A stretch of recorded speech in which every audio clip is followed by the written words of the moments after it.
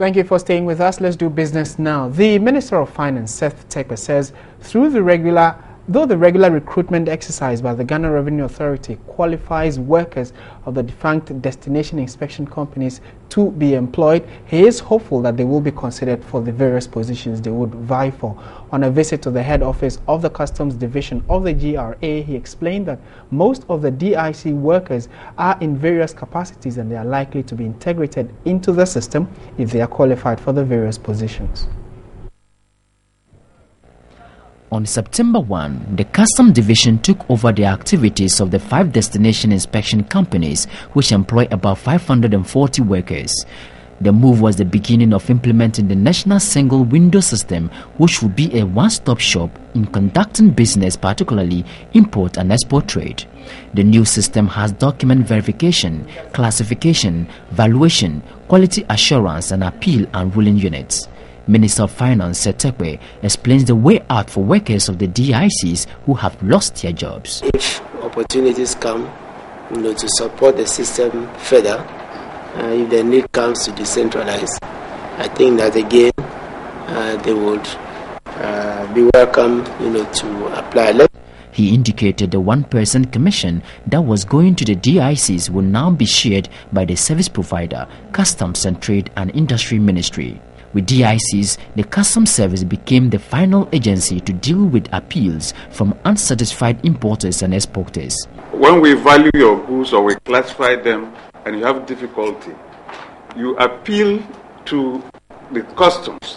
There's a committee that we call the Appeals Committee that will look at the case differently from the people who valued it or classified it. When that one fails, then you come outside the center to the customs headquarters, and if they realize that there is something wrong with it, it will be rectified. Commissioner General of the Ghana Revenue Authority, George Blankson, says his outfit is on course with this year's revenue target and the Customs Division has the capacity to deal with the single window system. The service level agreement we have is 48 hours, but it has been possible to issue some of them in 3 hours. The revenue target for the year 2015 is more specifically 21.9, almost 22 billion, and we have achieved our revenue target to date, cumulatively, for the first 8 months of the year. And we hope that by the close of the year, we will still be ahead of the target that has been set for us. The system is aimed at reducing personal interaction, thereby reducing corruption. In other business news, the Institute of Statistical, Social and Economic Research, ISE of the University of Ghana, today presented what they term their own assessment of the Ghanaian economy.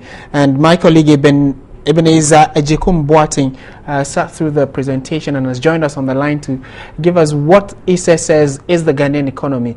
Eben, good afternoon and thank you for your time. How has ISE described Ghana's economy? What did they say? Good afternoon. This morning, ISE released the economy report for the year 2014. And generally what the report says is that there's been a downward trend so far as growth in the country is concerned. They touched on agriculture, industry, services, and with a special attention on infrastructural development. They said the report says that the growth rate was 4.2% last year against the targeted figure of 7.1%. And they're saying that high interest rates, depreciation of the Ghana cedi in excess of tends to translate into cost of production, which is passed on to consumers.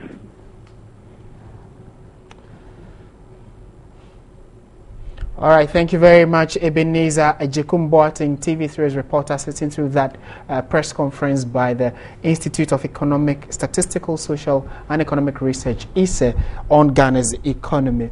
And before we end business, the Bank of Ghana is to come out with a new logo that will be issued only to licensed microfinance companies. And we'll bring you details of these business stories and more in our subsequent bulletin.